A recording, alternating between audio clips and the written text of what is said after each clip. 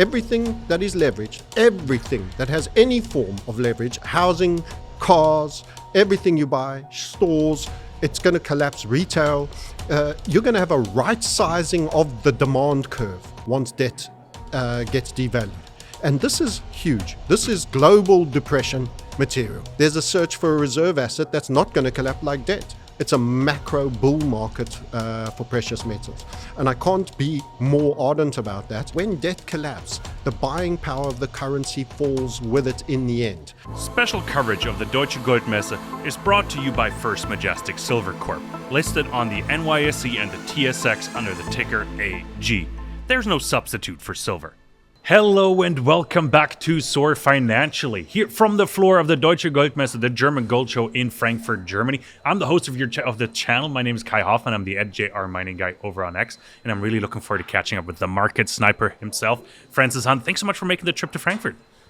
Pleasure to be here. Yeah, Francis, I'm amazed that you're here. Really appreciate it, and we have lots to talk about.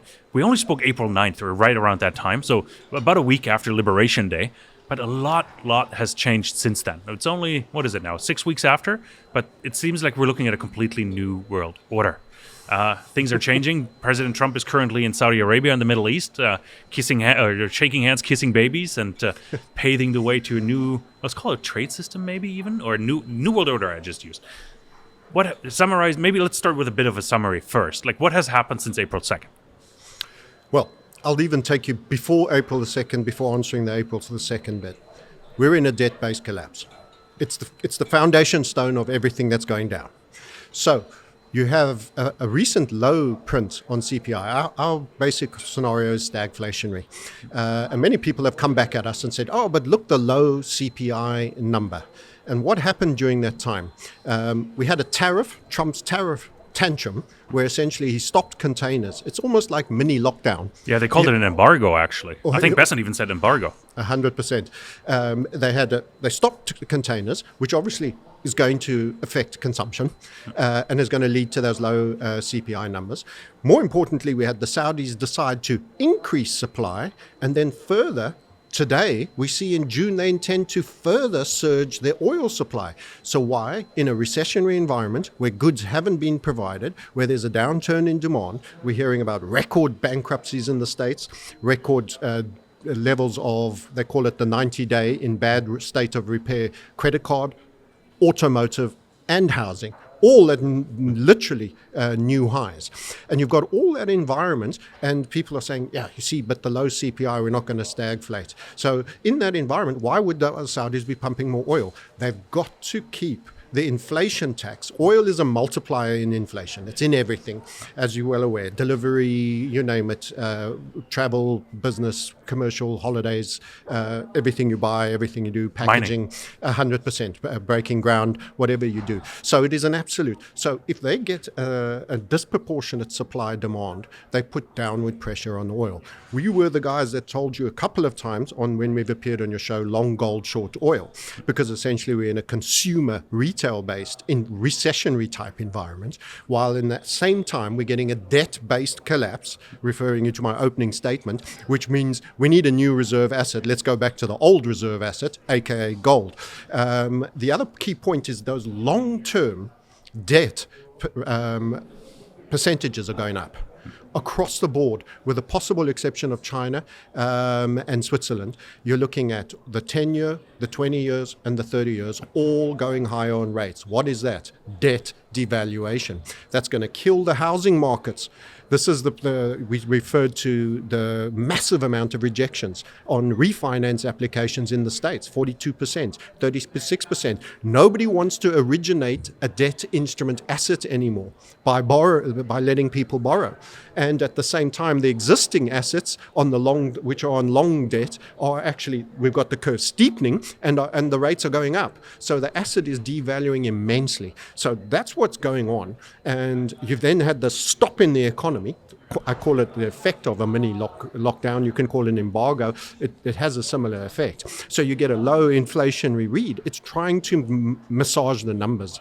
The Saudis are in cahoots. They will be compensated for doing not-for-profit selling, and they are being compensated in many, many, many ways. They're becoming the entertainment hub. Well, the Middle East, the Arab Emirates, let's not be too specific.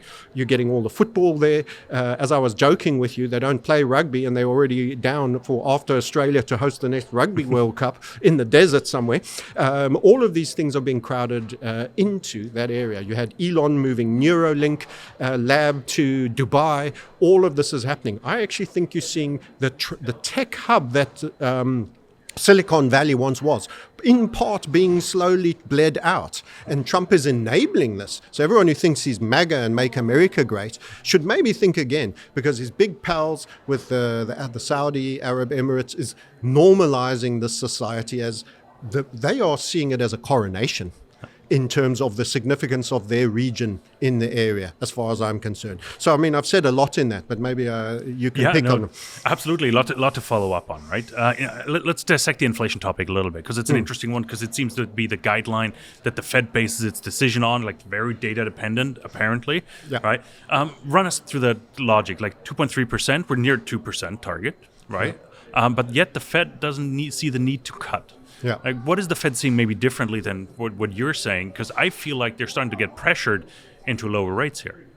Well, when you say the Fed, everybody assumes that the Fed gets to determine the interest rates. And again, I refer you to literally the opening state. It's a debt-based collapse. Because for the Fed to be able to set the rates lower, you're actually saying, well, this asset is now worth more. And there's an absolute plethora of it. They've got $9 trillion to roll. They haven't. That's not including the additional expenditure that are gone. In truth, the doggy savings that you've been told about are minuscule. And if you look at it in a big time frame curve, there's no real meaningful adjustment. Not that I'm going to say if any efficiency is a bad thing and culling a lot of the bulk products, but this is nickel and diming. It's saving it's pence. You're saving 10% or whatever it is. Pence wise and pound foolish. The big money is the problem, and so as a result of that, he doesn't have the power to cut rates. In fact, the Fed's never been more clearly boxed in. They need actually.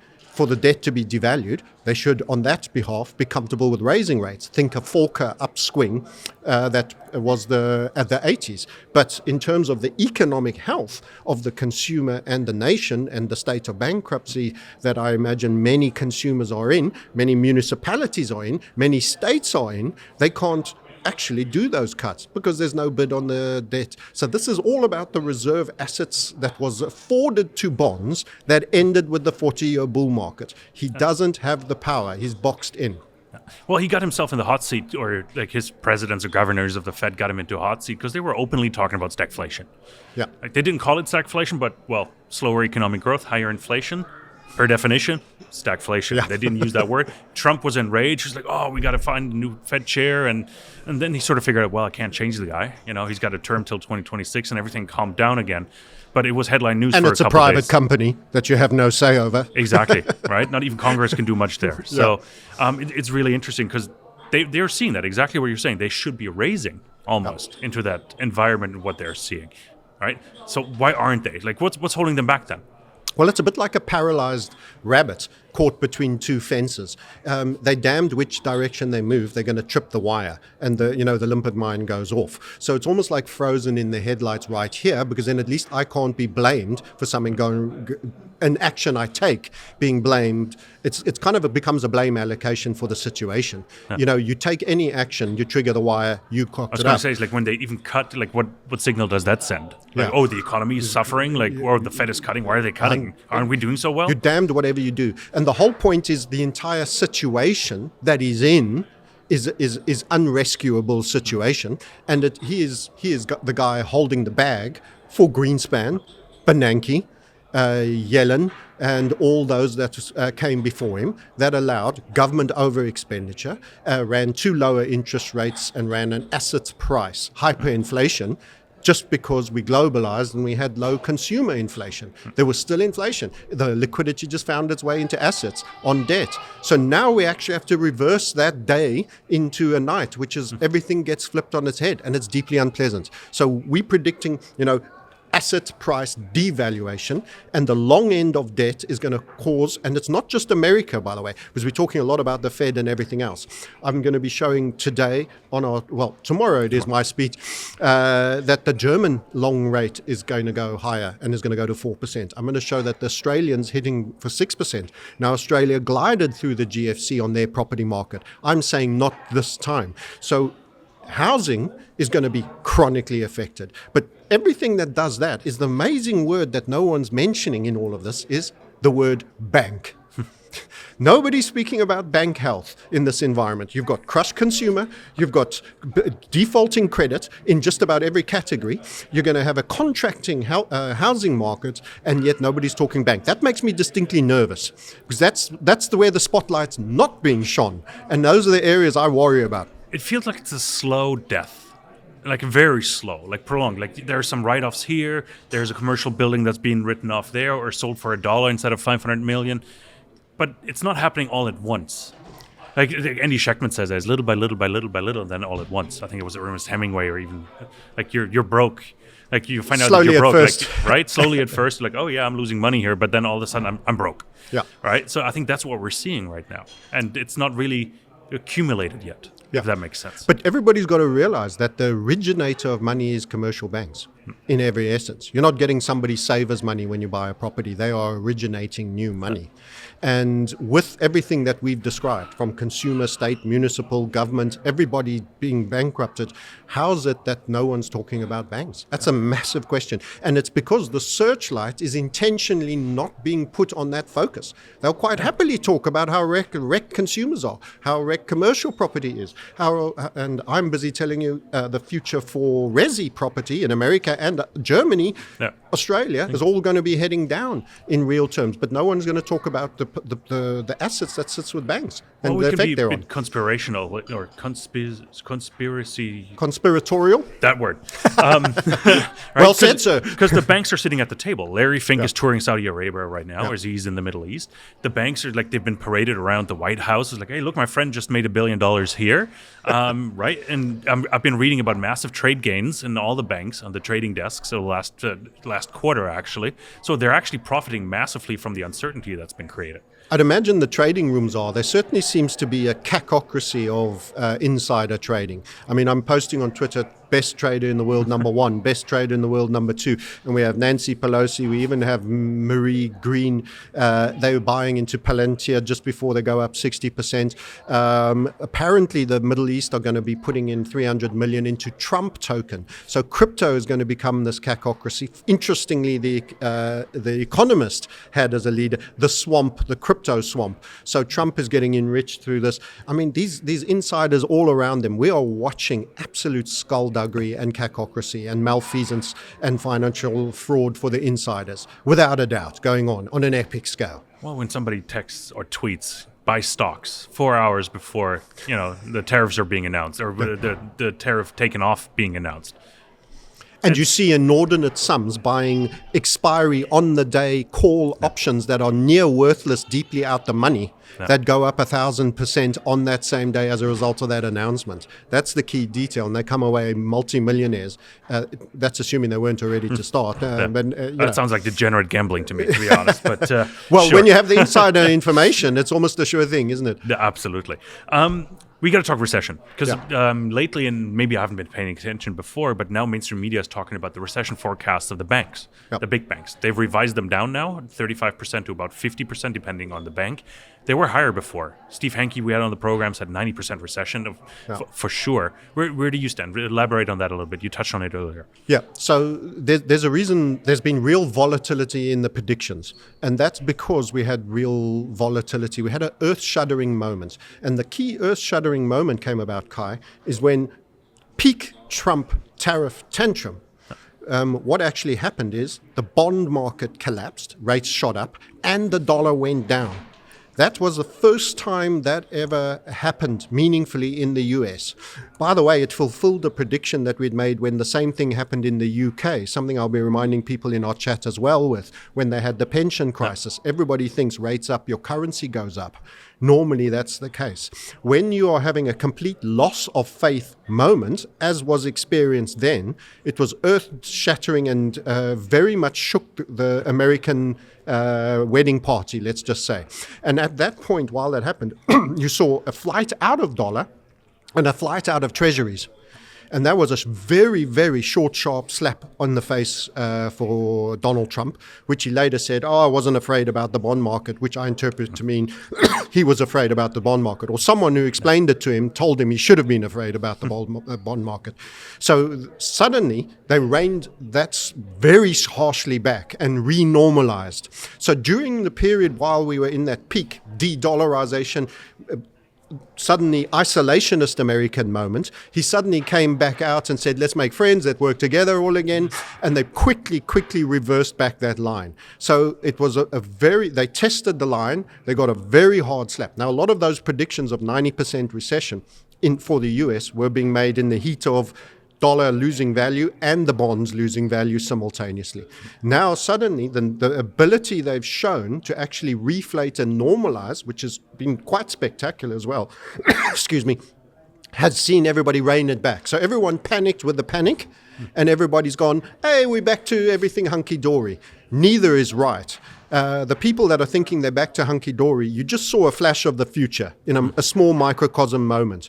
That comes back again. So remember, the guy who predicted it when it happened in the UK, that said it's coming for America, it's happened once, you've had 5 minutes of it. Now wait till you have a full day. Now wait till you have a full week of it. It will come back. So I'm afraid that this is the beginning of drama and a first test. It's a fight where we've stood each other off in the pub, Kai, and you thought I was a wimp, and you marched right up in my face, and then next thing you know, I gave you a short, sharp slap. You're good in judo. I'm a ninja. I'm an absolute ninja. And then you got over your slap, and you thought, okay, hang on, you had another beer, and you got strong again, and you're coming back at me. And this time, I'm going for the Jedi 5-finger punch to your chest. So that's the scenario where, and I think everybody thinks, that it was all over, and that it's back to normalization, and we can rein this all back. It isn't. Yeah, kind of like the Spock grip, on the neck. I can tell the Star Trekky in you is coming out. I have to admit, I like the last movies that came out, the recent ones. So good stuff. So for instance, like you just hinted at it. Like it seems like either you're seeing a really, really strong dead cat bounce, or it is the final stage of a blow off top. Like, what camp are you in? Is it like somebody bounced the cat really, really hard and we just see it spike up and it's about to crash down even harder? Or is this really a blow off top and then we'll see where it goes? The most retail thing is to over-fascinate on stocks. I'm not actually strongly anything short, medium term on stocks. Long term, the most interesting market is the bonds. The bonds is the dominator and the leads. So when someone will ask you about a stock market, I say, in due course, deleveraging takes its course on the stock market too, which is down. Because you've got corporates. At one point I had a stat, I don't think it's an up-to-date stat, 15% of the S&P 500 was borrowing to pay dividends. Why? Because at the time, the cost of borrowing was much lower than the cost associated to equity ownership. So now imagine, once you start deleveraging and the long-term rates are going like that, you're going to have equities that are going to be sitting with highly leveraged balance sheets. I once saw, there was a very good article that compared Coca-Cola to Coca-Cola a decade and a half ago. And in actual fact, it does less revenue, less earnings, loaded up on way more debt on buybacks. And actually is a lesser company, but was trading at 2.5 times what it was 15 years ago. So the point is that mathematics inverts. And that's what's going to be long-term negative for the stock market. Right now, when we have an absolute fear moment brought about by the tariff tantrum, with a subsequent hyper-normalization reactionary moment, this is just chop and volatility. And as I say, focus on the debt markets, focus on housing, focus on jobs. Unemployment is the final shoe that drops with this. And we're already seeing Microsoft letting go a lot of people. That's a lot of high salaries coming off that now want welfare, on earning, on going to be making mortgage payments, etc., etc. And those things bring the whole can down. And then there's only one way for the stock market, down. Right now, when you're getting a little bit of liquidity fed in, you can have a natural reaction back up. But long run, we've got to unleverage. But when I say down, you've also got to remember the dollar's going to go into that convexity period where it's spilling super fast. All debt as it devalues, it's kind of like a mortgage payoff chart. It's like this, and then it gets suddenly very vertical. We're at that point where things are about to accelerate in debt devaluation, which is the rates, and it's going to get sudden and fast, and it's going to be also currency devaluation because money's borrowed into existence. The only reason most won't notice it, it's already happening to a degree now, is we compare dollars to euros. We all synchronized lepers in the leper colony. You've got to compare it to gold, and that's where we come to gold. We got to talk about flow of funds. Like, where's the money going? Like, we had a Danish pension fund manager like throwing a tantrum, said, we're done investing in the US, for example, only domestically. You touched on Saudi Arabia. Yeah. Before we hit the record button, you mentioned to me it might be flowing into Swiss bonds because they're negative yield right now even. So there must be very high demand. Of course, nobody's buying negative yield products. I wouldn't buy them, but No. It signals certain safety and security, I guess. But where's the money going, and do you see a chance of it actually ever coming back? So just to deal with that measure on the Swiss, it's the short end, first of all. So it's 1 and 2 years that have just dipped negative again. And that is a sign of distress. So what that means is really afraid people are prepared to guaranteed accept less money back Exactly. In 1 or 2 years' time than they give you. Plus, Switzerland still has an inflation rate. It's between 1.3 and 2.2, depending on any given year. That's according to their statist exemplar of stats, which I'll never trust on any nation. But anyway, it's there or thereabouts, let's just say. Let's take them at their word. So you're going to lose the inflation rate, and you're going to get less. You'll pay if you do a 2 year, you're essentially going to pay 104,000 to get 100,000 back, or you'll buy 100,000 bonds and get 94 back in 2 years' time. That's expensive, and that makes gold look cheap. Buffett criticized gold for not paying a yield. No. When you're paying a negative yield, not paying a yield becomes a feature, a benefit. And that's why I'll say, even though there's a pullback right now in gold, go and look at the Swissy gold chart, and I consider the Swiss franc probably one of the more semi-serious fiats. Go and look at the Swissy gold chart. We've just made some number of macro targets. There will be a slight pullback, but it's going to go higher in my view. Yeah. So that's where the money's going. Okay. But do you see a chance of it coming back? Like, something's pushing the stock market higher, obviously, right now. The bond market is somewhere, I don't know, it's like it's caught in a band right now, it seems like, in the US, the 10-year at least, when I look at it. So history is quite binary. Your bonds or your stocks. No. When you risk on, you run into stocks. When you're afraid, risk off, you run into bonds. It's quite binary, and people are being traded in that. That's the 60-40 portfolio. That programming is going to take a while to unfurl. So initially, right now, that long bonds are being sold off, and everybody realizes Druckenmiller and Tudor Jones have been short and have been building a short position that they're now disclosing in November last year. They probably did it the whole year, getting their positions on. Now everybody thinks, okay, maybe we should be following suit. So the natural flow is often equities to start.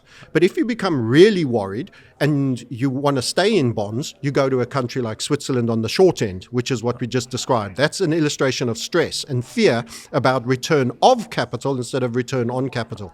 But the smart will really say, bonds isn't the game. It's a crap product. No matter where you buy it, you're either not getting paid enough yield, or your risk of default isn't fully priced in. That's why we're seeing the long ends continue to price up, because the risk of default is far more critical and likely to happen. So bonds is the worst investment anywhere you do it, in my opinion. Long, short end, any nation, stay out.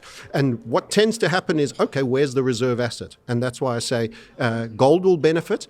We've seen a little bit of a better performance from crypto. It's a much smaller market cap, but there's some flows in there, and there's equities. But that's more of a risk-on asset. Sorry to jump in. It is a risk-on asset. Yeah, it is a risk-on asset, but it's being treated slightly differently because its time as a future waiting in the wings, waiting for the new system, is now coming. It's going to get a spotlight appearance where has a bit of Midas feel about it. It has a messianic moment, and gold is in that same spotlight as well, but has already really, really run. So as gold maybe rests, I think maybe a little bit of the spot will fall on crypto. And of course, the Pavlovian response of running into equities is still there. But It's the wrong one. It's the outdated. You're coming out in your 80s fashion. You're wearing your leg warmers and going to Jane Fonda classes if you're still rushing into equities right now. That's my take. Because the PE, if you look at the market caps of the US relative to the rest of the world, my net opinion is those relative market caps are going to come chronically down in America, and you're going to see other market caps. I see indices going up in emerging markets. I see it in Singapore. I see it in other capital formation nations. America's going to lose market cap to the rest of the world in equity. So I think there'll be a geographical flow. If we're just staying in equities, there's going to be a geographical flow away from the US still, because of the tariff. You can only scare people like they did with the tariff tantrum once, and trust is eroded. They did long-term damage on trust there. Fool me once, right? Yeah. No, absolutely. Ray Dalio, $320 million Bridgewater investment into gold. What do you make of that? Ray's consistent, actually, in fairness to him. I knock a lot of these big billionaire heroes for their lack of consistency, and I'm going to add you a Warren Buffett in there as well to your question. Ray Dalio at least is consistent, and he's buying a reserve asset, and he's very concerned about the bond reserve asset that's finished its 40-year period of being a reserve asset. So I think he's consistent. Warren Buffett is stepping down, and he's chosen this year, and he spoke the words. This is Captain America, who said you won the lottery by being born in America. This guy has never been a bigger nationalist and patriot in terms of all his financial commentary ever. And he's stepping down, and he's admitting that his successor is likely to be more internationalist, and he's expressed concerns about the state and valuation of the dollar, and he's also made comments about the trade deficit and the overall debt levels. So you're talking about a man who's signing off more pessimistically than he's ever been by a multiple of about 10 times. So for your Ray Dalio, I think he's doing exactly what he sees, and I think he's right. And Warren Buffett is no longer wants to be the guy running Berkshire and investing offshore and saying America sucks. He never wants to be that guy. Who knows? He might become very unpopular and get tax audits if he did it. He's leaving it to his successor to set a new vision and pursue a new path. Francis, we're here at the GOLDMESSE, of course, and you're giving a talk tomorrow, and I just really want to recap, taking away a little bit what you want the investor to take away from your presentation. It's called Positioning for the Death of the Hegemon, the U.S. Debt-Based Collapse. We sort of talked about a lot of the topics here already, but what is something that you want the investors, if they walk out here tomorrow afternoon at 5 p.m., what do you want them to take away? The gravitas of this is far larger than people seem to realize. It feels like everybody is a zombie. It's kind of like I'm saying a Richter scale 10 earthquake is going to hit the entire planet. And everybody's going, yeah, okay, what time's we going down to the pub?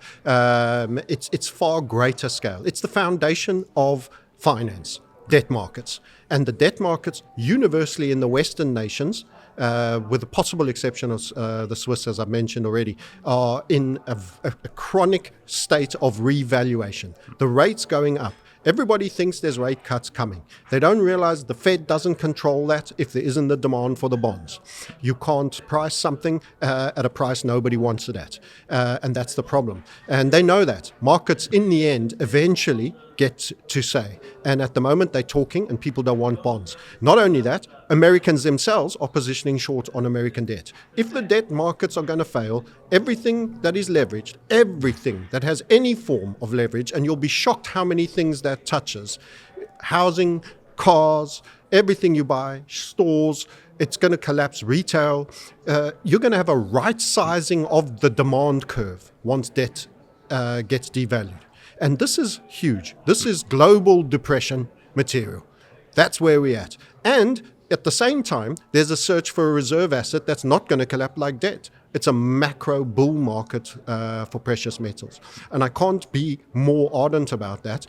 And as what everybody else also doesn't understand is when debt collapses, the buying power of the currency falls with it in the end. So they take turns, left, right. We've had a period where the debt collapsed 45%. We were short the TLT from 2020.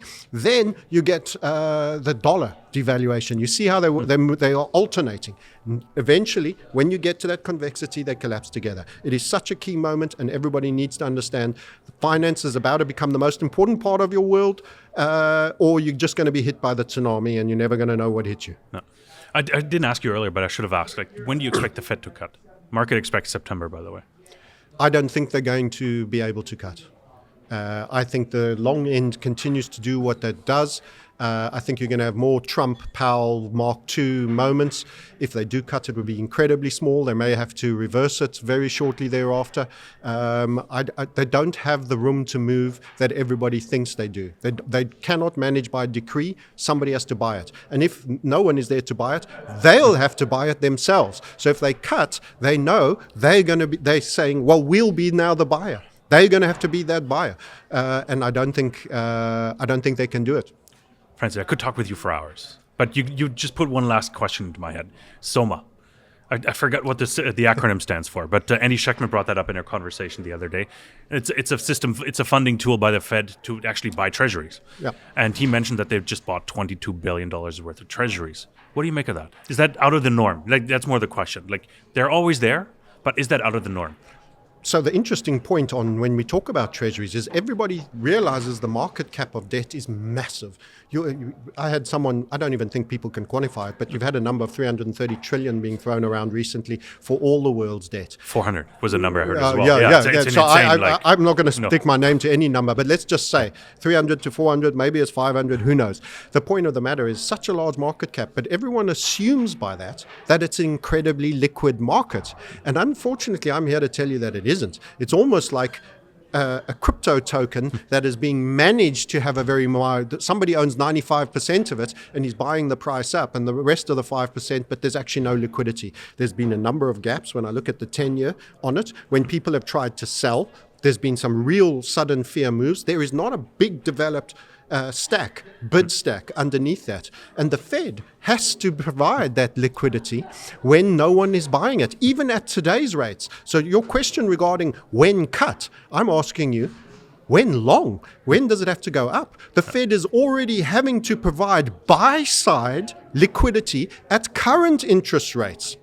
If they cut, how much more buy-side liquidity to push the asset up even higher are they going to have to provide? They're going to have to turn into toxic bank with a bottomless pit of buying and being the bag holder on the entire debt Ponzi. If they're prepared to do that, they can cut. They're already having to do it now. You just told me about it, and I know I saw the same things as you. So that means they're the liquidity provider to a market that's not supporting itself under its own weight. What does that tell you? Debt-based collapse, like I start every interview, debt-based collapse. Long-term rates up, debt-based collapse. And on that note, we're going to end the interview as well. Perfect. Francis, it's a great pleasure to have you here in Frankfurt. I always enjoy our conversations. Through these microphones, it's even more awesome to listen to you, actually. Love it. Thank you. Where can we send our audience? Well, first of all, great audio equipment investment. It's good to hear your voice as well. The resonance is amazing. So the Market Sniper YouTube channel. We also cover the crypto market, the Crypto Sniper, and of course on X under the same name. Our goal, build wealth in reset times. We're in it, and it's about to get parabolic or cascade to the downside, depending on which side you're on. It's going to be a totally polarizing event. Some people are going to get significantly wealthier out of this, but the majority are going to be impoverished by it. I really wish for everybody not to be caught on the wrong side. So build wealth, preserve wealth, and secure freedoms. Those are our core tenets, and if that's things that are of value to you, you might enjoy the Market Sniper channel. Fantastic. Francis, thank you so much for coming out. Everybody else, thank you so much for tuning in here to Soar Financially from the floor of the DEUTSCHE GOLDMESSE. Tremendously appreciate the support of the recent months. Hit that like and subscribe button, helps us out tremendously, and it's a free way to support us. Thank you so much. We'll be back with lots more. Take care.